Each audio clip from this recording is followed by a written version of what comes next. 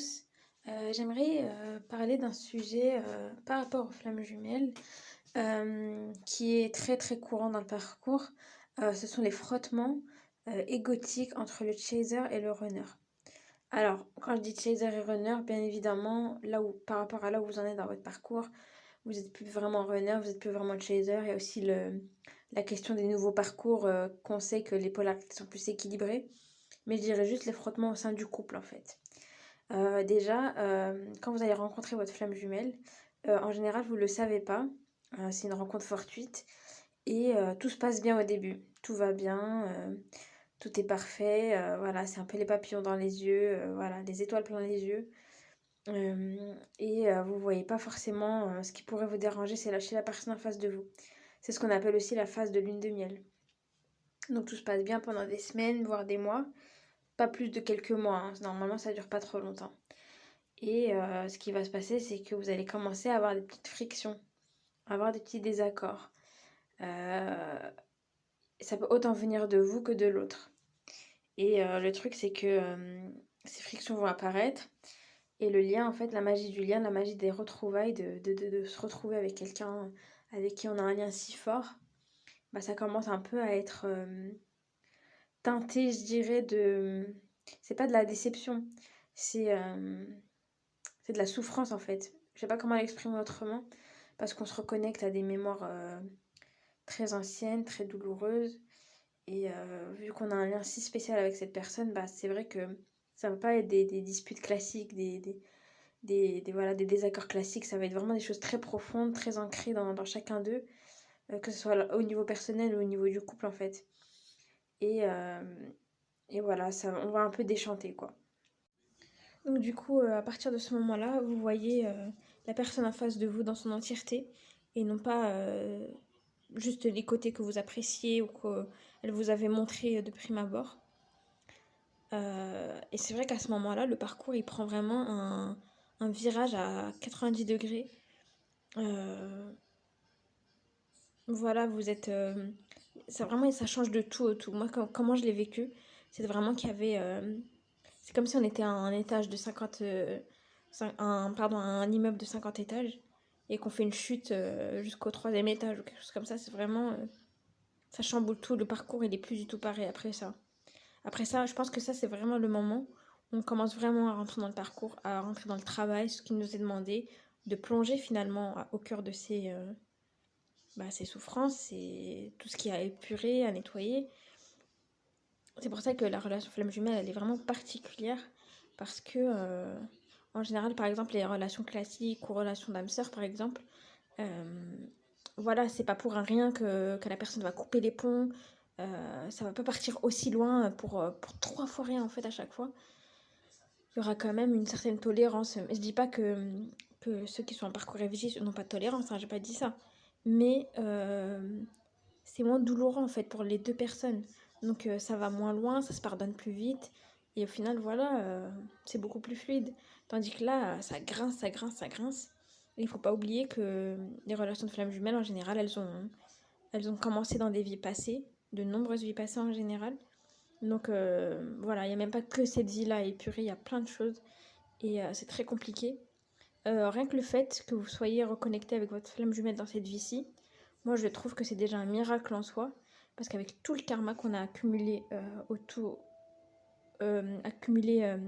tout au long de ces vies, je me dis mais oui, ça veut dire que quand même il y a une possibilité que ça marche, que beaucoup de travail a déjà été fait avant.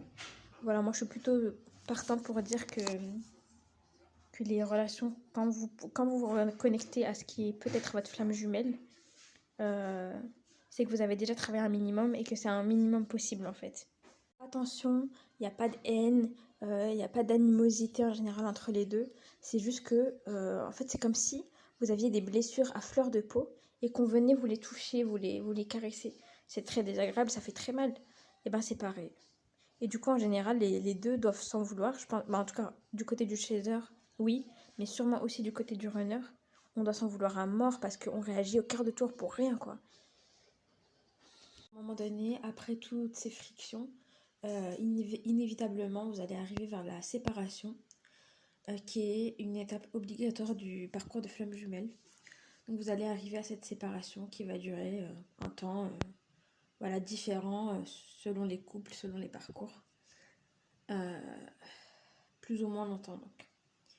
Et en fait, ce qui va se passer, c'est que plus le temps passera, et vous allez épurer, vous allez vraiment rentrer dans le vif du sujet.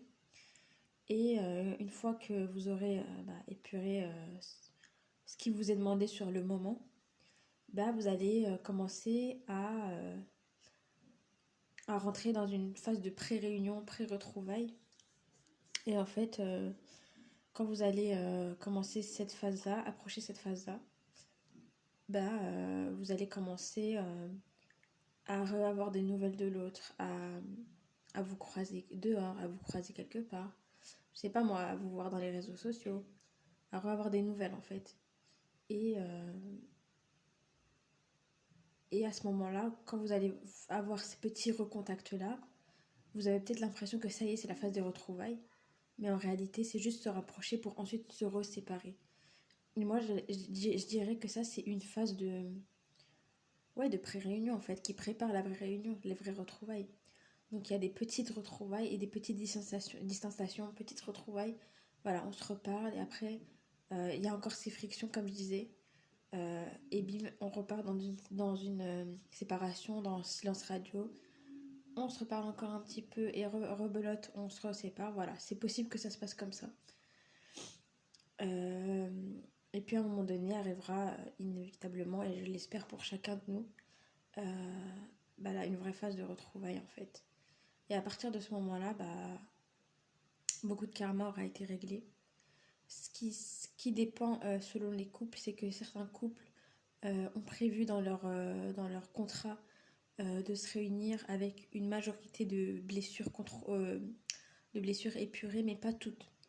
Et en fait, elles ont choisi de cheminer, de finir leur travail d'épuration, de le finir avec l'autre. Donc les deux personnes vont se réunir, se retrouver, se réunir, et ensuite ils vont terminer de guérir ensemble.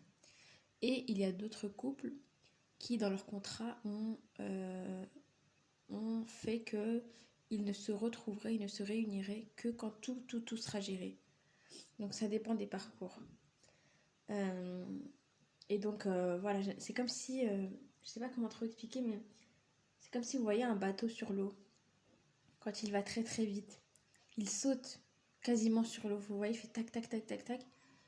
Et une fois qu'il arrive presque à destination, il commence à ralentir et à moins sauter et à être plus, voilà, normalement dans l'eau, à naviguer normalement dans l'eau. C'est comme ça un peu que ces frictions-là, elles agissent. En fait, quand on est au tout début, ça tape, on saute. Et plus on a fait de chemin, et plus on a épuré de choses, et plus le bateau va pouvoir aller tranquillement. En fait, finalement, c'est les deux personnes qui commencent à essayer de se réadapter l'une à l'autre. Donc c'est pour ça qu'il y a ces petites retrouvailles, c'est pour prendre la température et voir énergétiquement comment l'autre personne se situe, pour pouvoir essayer de l'intégrer dans sa vie en fait et de se réadapter, pour qu'on puisse vibrer en fait finalement sur une même fréquence. Et voilà, c'est ça tout l'objectif, tout le jeu qui nous est demandé de jouer, auquel il nous est demandé de jouer. C'est voilà, d'épurer un maximum et d'essayer de se retrouver sur un plan voilà, où les deux peuvent se retrouver. Il n'y a pas beaucoup de témoignages sur après réunion, après retrouvailles, après réunion, sur comment ça se passe entre les deux. Donc c'est vrai que sur ce point-là, je sais pas trop comment ça se passe. Est-ce qu'il n'y a plus du tout de disputes, de frictions du coup? Est-ce que tout est fluide vu qu'on a tout épuré, ou alors est-ce qu'on est en espèce, enfin entre guillemets un couple normal et il y a des disputes, il y a des frictions? Je sais pas du tout. Théoriquement non, il devrait plus en avoir, mais ça paraît un peu impossible, ça paraît un peu trop utopique je pense. Mais c'est vrai qu'il n'y a pas beaucoup de témoignages sur le sujet, donc je sais pas. Et puis voilà. Finalement, tout ça c'est un phénomène énergétique. C'est toute une question de vibration. Et voilà. Ces frictions-là, finalement, elles nous ont fait avancer pour pouvoir en fait se réadapter à l'autre. et pouvoir cheminer ensemble ensuite, se réunir ensuite.